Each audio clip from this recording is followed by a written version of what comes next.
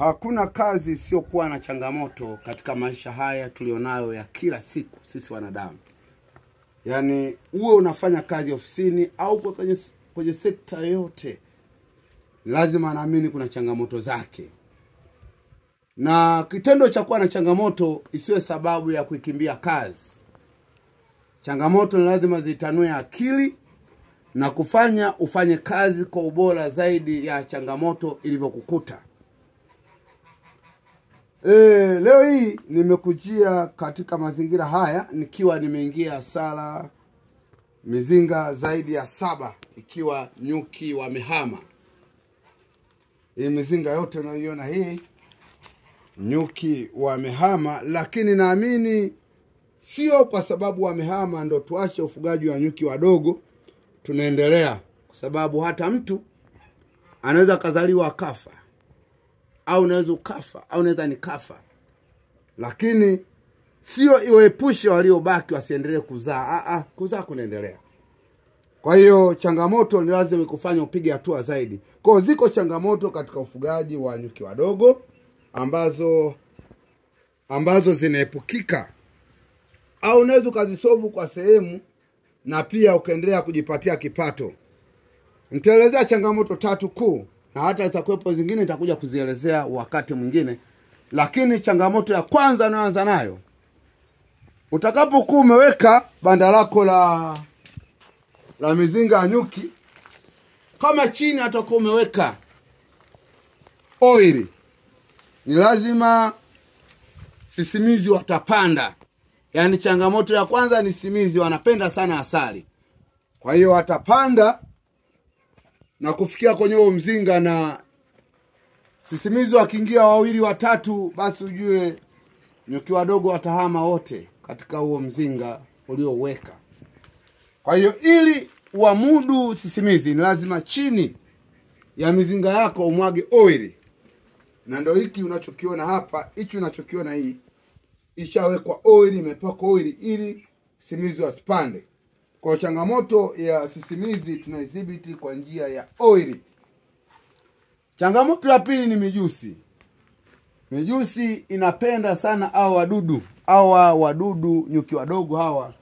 Wao wanapenda asali, lakini pia hata mijusi inawapenda sana wadudu kwa ajili ya chakula. Kwa hiyo kudhibiti changamoto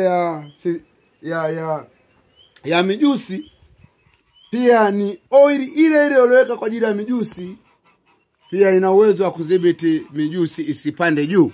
Utakapokuwa umepaka, basi hata mijusi haitapanda kirahisi katika huo mzinga wa nyuki wadogo. Hiyo ni changamoto ya pili. Lakini iko changamoto ya 3 ni maji. Mzinga wote wa nyuki wadogo utakapokuwa umeingia maji yataleta ubaridi kwenye huo mzinga. Kwa hiyo asilimia kubwa, kama mzinga wako itakuwa inaloa, nyuki wadogo watakuwa wanahama.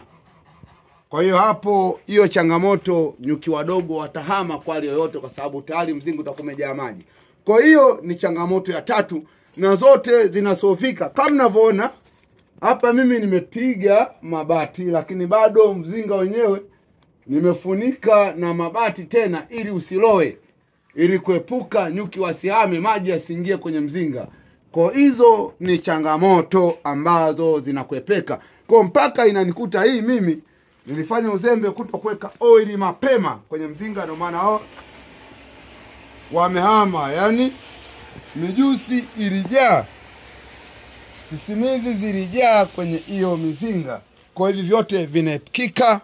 Na wewe mfugaji mwenzangu wa nyuki wadogo, hivi vitu viepuke ili uendelee kupata kipato cha asali ya nyuki wadogo.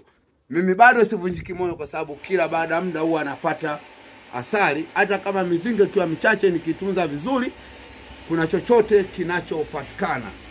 Kwa hiyo mimi nikusi mwenzangu unaendelea katika shughuli hii ya ufugaji wa nyuki wadogo. Lakini hizo ni changamoto tu chache nilizozielezea.